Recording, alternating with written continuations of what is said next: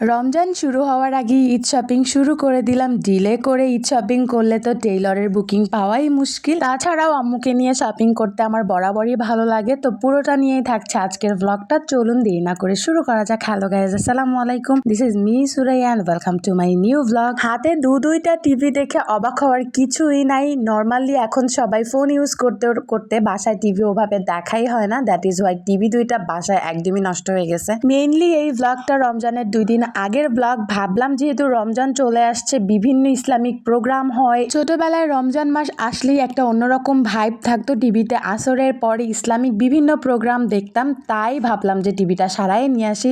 যেহেতু servicing a long time লাগতেছে, তো ভাবলাম যে একটু শপিংও করে আসি। লেন্সের সলিউশন নেওয়া লাগতো, তাই চশমার দোকানে এসে 2টা গ্লাস চয়েস করে আমি রেখে গেছি। নেক্সট আমি চোখের ডক্টর দেখানোর পরে আমার চেঞ্জ করতে হবে ফ্রেম, তাই ভাবলাম দেখেই যাই। প্রাণের শহর বরিশাল ছাড়া কোথাও গেলে আমার ভালো না লাগার একটাই রিজন যে আমি সেখানকার অলিগলি কিছুই চিনি না। বরিশালের অলিগলি ইচ অ্যান্ড এভরিথিং আমার এতই মুখস্থ যে মাঝে মধ্যে রিক্সা ভাড়া বাঁচিয়ে অলিগলি দিয়ে হেঁটে শপিং করতে চলে যাই। তো এখান থেকে আমরা বেশ কয়েকটা 3 পিস নিয়ে চলে আসলাম লেজের দোকানে। লেজের দোকানে আসলে দেখা যায় যে মেয়ে মানুষ কি পরিমাণ ডিজাইনার হতে পারে। ভাইরে ভাই, মেয়েদের এত ভিড় এই লেজের দোকানে। এই জন্য মাঝে মধ্যে মনে হয় যে পোলা হওয়াই ভালো ছিল, ওরা প্যারাহীন লাইফ লিড করতে পারে। একটা শার্ট একটা প্যান্ট পরে যে কোনো কোথাও চলে যেতে পারে, আমাদের মতন এত প্যারা নাই। এনিওয়েজ, এরপর চলে আসলাম মশলার দোকানে। বাসার জন্য কিছু মশলা নেওয়া দরকার ছিল এবং আমাদের বাসায় সবাই শরবতি ইউসুফগুলের ভুসি তোকমার দানা খায়, সেগুলো নেওয়ার ছিল। আর আম্মু তো অবভিয়াসলি সেহরির টাইমে দুধ কলা দিয়ে ভাত খাবে, তাই এখান থেকে একটা ডিপ্লোমা মিল্ক নিয়ে নিলাম। বাসার জন্য চকলেটস, আর আমি তো চকলেট ভীষণ পছন্দ করি। তো এবার সবকিছু কেনাকাটা করে বের হয়ে যাচ্ছিলাম, কিন্তু মিষ্টির দোকানের সামনে থেকে যেতে যেতে মিষ্টি খাওয়ার ক্রেভিং হচ্ছিল, তাই মিষ্টিও নিয়ে নিলাম।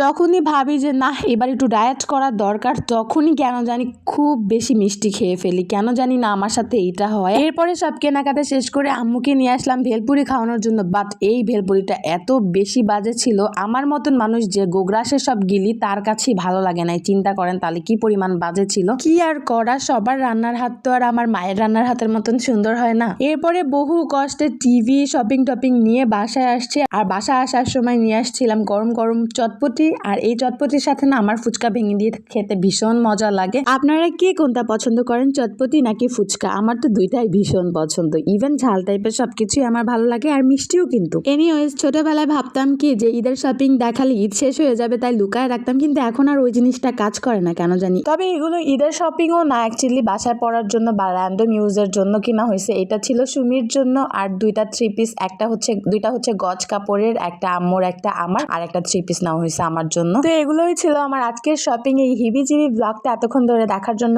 ধন্যবাদ। সবাই অনেক বেশি ভালো থাকবেন। That's all for today. আল্লাহ হাফেজ।